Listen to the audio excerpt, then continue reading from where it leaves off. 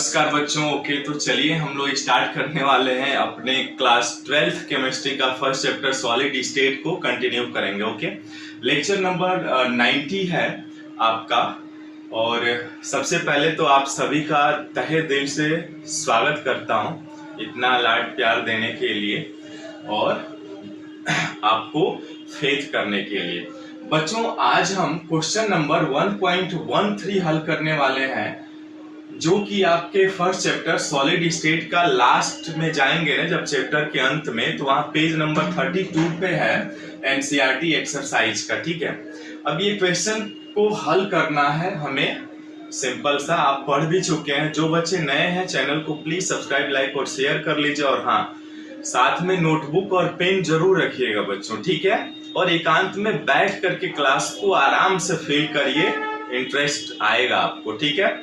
जो लेक्चर्स नहीं देखे हैं ना आप लोग, प्लेलिस्ट में है, वीडियोज सारे अवेलेबल हैं, या लास्ट में जैसे ही ये चैप्टर समाप्त होगा ना, सारी चीजें प्रोवाइड करा दूंगा। आपका स्टडी मटेरियल, चैप्टर, पीडीएफ सब कुछ अवेलेबल कराऊंगा। डिस्क्रिप्शन में वैसे लिंक है आपका वेबसाइट का, वहां से कर भी सकते हैं, ठीक है। तो लेट अस स्टार्ट करते हैं, ठीक है। चलिए, कह रहा है नायोबियम का क्रिस्टलीकरण। नायोबियम से बना हुआ एक क्रिस्टल है जिसका क्रिस्टलीकरण अंतः केंद्रित घनीय संरचना, मीन्स क्या हुआ, बॉडी सेंटर्ड स्ट्रक्चर में होता है।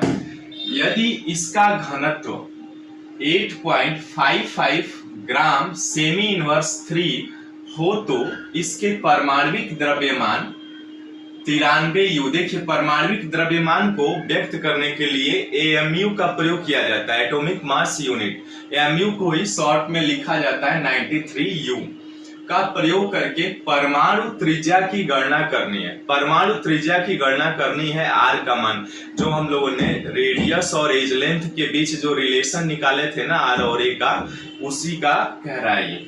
इंग्लिश में कह रहा है niobium crystallises in a body centred cubic structure if density is 8.55 gram semi inverse 3, calculate the atomic radius of niobium using its atomic mass 93 you. ठीक है बच्चों, देखिए आप इंग्लिश मीडियम में हो या हिंदी मीडियम में, कोई फर्क नहीं पड़ता है, दोनों चीजें मैं साथ लेकर के चल रहा हूँ, ठीक है। चलिए हल करते हैं। अब देखिए, सबसे पहले तो क्या कह रहा है, ये आपको पहले ही बोल दिया है, बीसीसी है ना, तो चूंकि वी नो दैट बीसीसी यदि स्ट्रक्चर है तो जेड बराबर कितना होता है बच्चों, 4 होता है ना, सॉरी 4 नहीं 2 होता है आपका, ठीक है। जेड का मान कितना होता है, 2 होता है। जो टोटल बीसीसी स्ट्रक्चर होता है उसमें आपका जो टोटल परमाणुओं की संख्या होती है 2, चित्र से भी समझा दूंगा अभी। और आपका कह रहा है बीसीसी में जेड का मान हो गया। अब चूंकि यहाँ पे क्या दिया है, देखिए ध्यान से, डेंसिटी, डेंसिटी को रो से निरूपित करते हैं। रो का मान कितना है, 8.55 ग्राम सेमी इनवर्स 3 दिया हुआ है, ठीक है।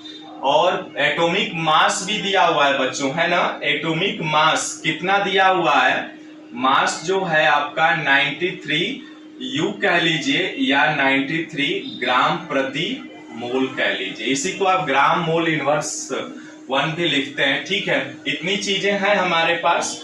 अब इसकी चूंकि हम जानते हैं कि फार्मूला क्या होता है, रो इज इक्वल टू जेड गुणे मास बाई आयतन गुणे एवोगैड्रोज नंबर होता है। मान रखिए रो इज इक्वल टू जेड का मान कितना होता है, 4, और मोलर मास का मान कितना है, 93, है ना, बटे आयतन। आयतन का क्या होता है, इसकी एज लेंथ का होल क्यूब होता है ना बच्चों, ए क्यूब। और एवोगैड्रोज नंबर का मान कितना होता है, 6.023 into 10 to the power 23 mole inverse 1 होता है, ठीक है। अब इसको सिंपल कैलकुलेट कर लेते हैं। ए का मान निकालना है, त्रिया गुणा करा लेंगे, ठीक है।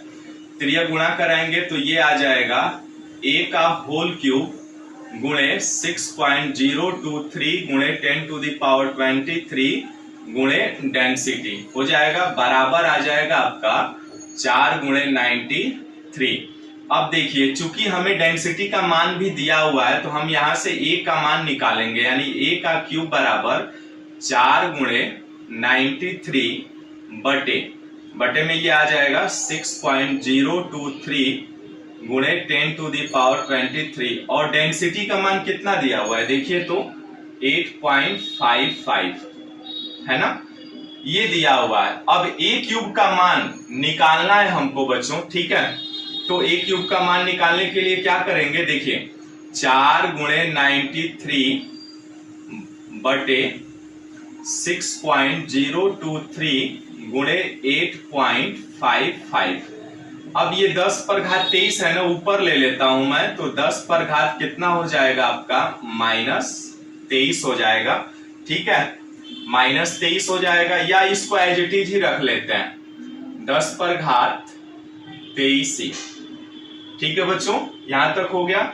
अब इसको आगे हल करते हैं, देखिए इसको आगे हल करेंगे तो क्या आएगा देखिए बच्चों, ये आपका a क्यूब यानी आपका जो एज लेंथ है भुजा का क्यूब बराबर आ जाएगा। देखिए यहाँ पर चूंकि हम देख रहे हैं a क्यूब है ना, तो यदि 10 पर घात 23 है, यदि ऊपर नीचे मैं 10 से गुणा कर देता हूं तो 24 हो जाएगा, यानी घन निकालेंगे आप तो 8 तरीके 24 हो जाएगा, ठीक है। तो यहाँ पे क्या करता हूं मैं 4 गुणे 93 जीरो बढ़ा देता हूं बटे ये आ जाएगा आपका 6.023 गुणे 8.55 और इसको ऊपर ले लेता हूं तो ये आ जाएगा 10 पर घात 24, ठीक है बच्चों, यहां तक आ गया ना आपका। ऊपर लेंगे तो अब देखिए ये आप गुणा करेंगे ना, गुणा करके और जैसे ही ये भाग देंगे आप तो इसमें ये आपका आ जाएगा 36.1111 गुणे 10 पर घात -24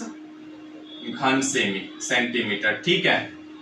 ये आया आपका होल क्यूब, है ना, इतना आएगा आपका, देख लीजिए कैलकुलेट करके बताइए कमेंट्स में कितना आ रहा है। 36.1111 गुणे 10 पर घात -24 घन सेमी आ जाएगा। अब क्या करते हैं हम घनमूल ले लेते हैं, तो घनमूल बराबर क्या हो जाएगा, a का मान चाहिए ना हमको, तो a बराबर आ जाएगा ये 36.1111 गुणे 10 पर घात -24 सेंटीमीटर, ठीक है। अब देखिए इसका घन निकालना है, देखिएगा 36.11 का आप घन निकालेंगे ना, ऐसे ही टिप्स एंड ट्रिक्स के लिए ना एक हमारा मैथ का चैनल है, लिंक होगा, आप वहां से देख सकते हैं। बहुत सारे ट्रिक्स बताया हुआ हूं कि कैसे आप शॉर्टकट में ट्रिक्स के माध्यम से आसानी से कैलकुलेट कर सकते हैं, ठीक है। तो 36.1 का जब आप घन निकालेंगे ना तो ये आएगा आपका 3.3 गुणे ये आ जाएगा 10 पर घात -8 सेंटीमीटर। देखिए बच्चों ये आपका a का मान आ गया, है ना। अब जब a का मान आ गया आपको, तो अब क्या कह रहा है ये आपसे कह रहा है कि BCC के लिए त्रिज्या का मान भी बताइए हमें, है ना, त्रिज्या का मान। तो अब त्रिज्या का मान और a के बीच रिलेशन क्या होता है BCC के लिए, यही तो कह रहा है हमें। a का मान हमने फाइंड आउट कर लिया, यानी उसकी जो भुजा की लंबाई होगी वो हमने पता कर लिया। अब भुजा की लंबाई जब पता कर लिए तो BCC के लिए रिलेशन निकालेंगे आप, इसलिए चूंकि BCC के लिए R एंड A रिलेशन क्या होता है बच्चों, बताइए तो जरा कमेंट्स में, पढ़ चुके हैं ना। R बराबर क्या होता है √3/4a, यही होता है ना बच्चों, R बराबर √3/4a आता है, ठीक है। अब देखिए इसमें क्या करेंगे, R का मान पूछ रहा है हमसे तो मान रख देते हैं, ठीक है, √3/4। A का मान कितना है आपका, देखिए ये अभी आपने निकाला, तो A का मान 3.3 इंटू 10⁻8, ठीक है, सेंटीमीटर। अब ये आप हल करेंगे तो ये देखिए इसका जैसे √3 का मान कितना होता है 1.732 गुणे 3.3/4 गुणे 10 पर घात -8 सेंटीमीटर। देखिए R का मान इतना आ गया ना। अब जैसे ही आप भाग देंगे ना, इसमें गुणा करके तो भाग देंगे आप, तो ये R का मान कितना मिलेगा, आप गुणा करके इसमें 4 से भाग देंगे ये वाली वैल्यू, तो ये आपके पास आ जाएगा 1.43 इंटू 10⁻8 सेंटीमीटर। इसको एज इट इज लिख लिया हमने, ठीक है, इसको नहीं छेड़ा, इसको एज इट इज रख लिया हमने और इसमें भाग देंगे तो ये आएगा, यही आपका आंसर हो जाएगा, ठीक है बच्चों। तो इस तरह से ये आपका आंसर आ जाएगा। और आपका आंसर दिया भी होगा, मिला लीजिएगा, ठीक है।